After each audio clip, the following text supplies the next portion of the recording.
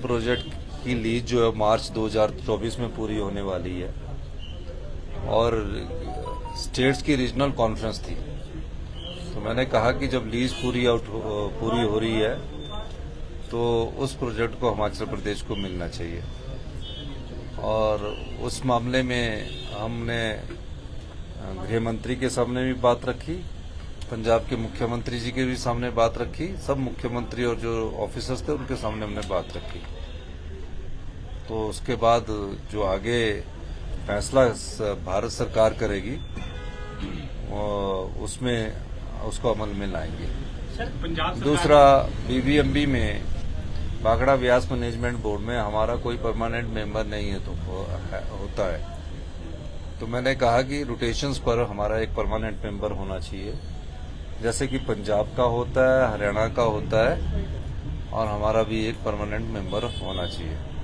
उस दृष्टि से भी हमारी सरकार को मेरी बात को सरकार ने गौर से सुना, गृह मंत्री जी ने गौर से सुना, और उसमें भी मुझे लगता है कि समस्या का समाधान होने की जरूरत है।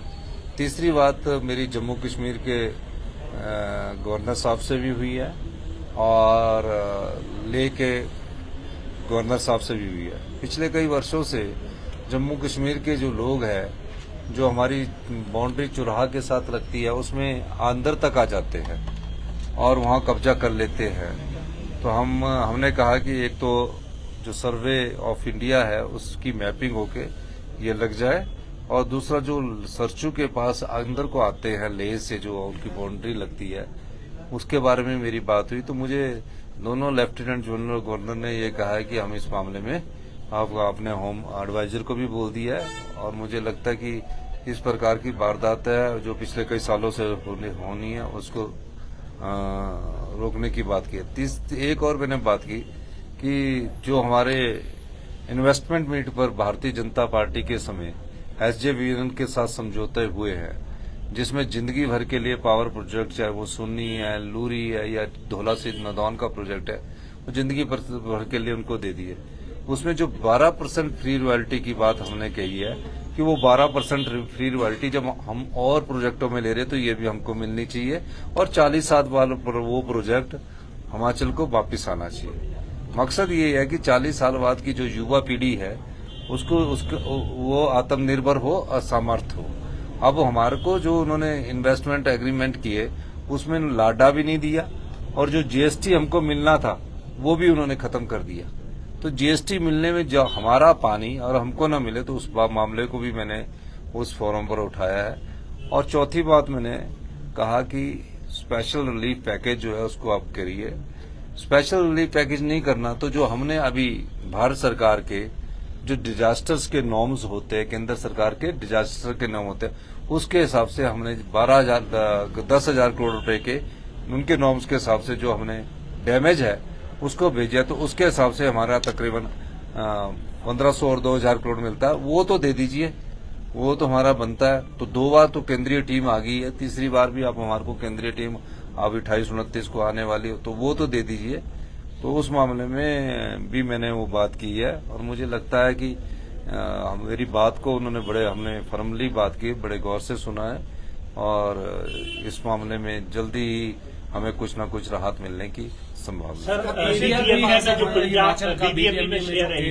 काफी टाइम से लंबित है बीबीएमबी में शेयर, वो भी 4,000 करोड़ से ज्यादा है, उस पर कोई बातचीत हुई? नहीं, वो भी मैंने कहा कि 7.19% का हमारा जो जनसंख्या के आधार पर शेयर बीबीएमबी में मिलता है, एक तो उसका एरियर हमारे को दीजिए जो 4,000 करोड़ रुपया है, और हमारा ये तो शेयर है, उसके अलावा हमारे को 12% फ्री रॉयल्टी भी बीबीएमबी से मिलनी चाहिए। सर, जो नशे का व्यापार बढ़ रहा है सर, दोनों राज्य चिंतित है, तो इसको लेकर भी बात हुई है? नहीं, उसके लिए सभी राज्य चिंतित है, और उसके लिए सख्ती से निपटा जाएगा। हवाई सेवाएं सर अमृतसर से कुल्लू और अमृतसर से शिमला शुरू हो रही है, उससे भी पर्यटन को पंख मिलेंगे, क्योंकि अब पर्यटन को पटड़ी पर लाना ही हमारा उद्देश्य है। सर, केंद्र से मांग की है 12,000 करोड़ की, आपकी नहीं मिली है, अपना स्पेशल राहत पैकेज नहीं, समझिए 12,000 करोड़ का जो नुकसान होता है, केंद्र के नॉर्म्स है, उस केंद्र के नॉर्म्स के हिसाब से हम उसको भरकर भेजते हैं। उस पर मैंने बोला कि स्पेशल रिलीफ पैकेज नहीं देना, तो जो हमको मिलना है वो बजट का एक पार्ट है, वो हमको मिलना ही है। आज नहीं मिलेगा, 2 महीने बाद मिलेगा या 10 दिन बाद मिलेगा, मिलना ही है।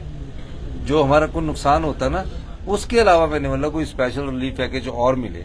जैसे 2000 करोड़ है तो उसमें हमको लगता है 1200 करोड़ है तो हमको लगता है कि 2000 करोड़ तो हमको मिलना ही है। और कट मार देंगे, 1500 कर देंगे, और कट मार देंगे, 1200 कर देंगे।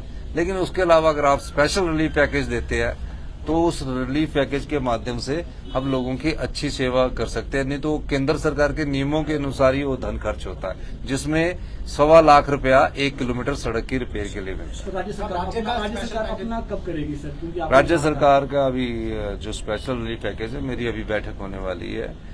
हम तो अपने संसाधनों में कटौती कर भी, अपने आय के साधन कम करके भी हम आपदा प्रभावित परिवारों के घर बसाएंगे। आपदा प्रभावित परिवारों को हम जो कुछ हमारे पास होगा वो सब साधन उनके लिए करेंगे। आर्थिक तंगी के बावजूद और भी तंगी में रहकर उन आपदा प्रभावित परिवारों को और आम लोगों को मदद करने का हमारा इच्छा शक्ति है। अब देखते हैं कितने हमारे बजट में कहाँ कट लगेगा, क्योंकि एक्स्ट्रा आ गया ना ये, तो अब बजट में तो कट लगेगा ही। तो उस मामले में मैं बात करूँ आज करेंगे सर? नहीं, अभी तो मेरी मीटिंग है। ठीक है सर, थैंक यू।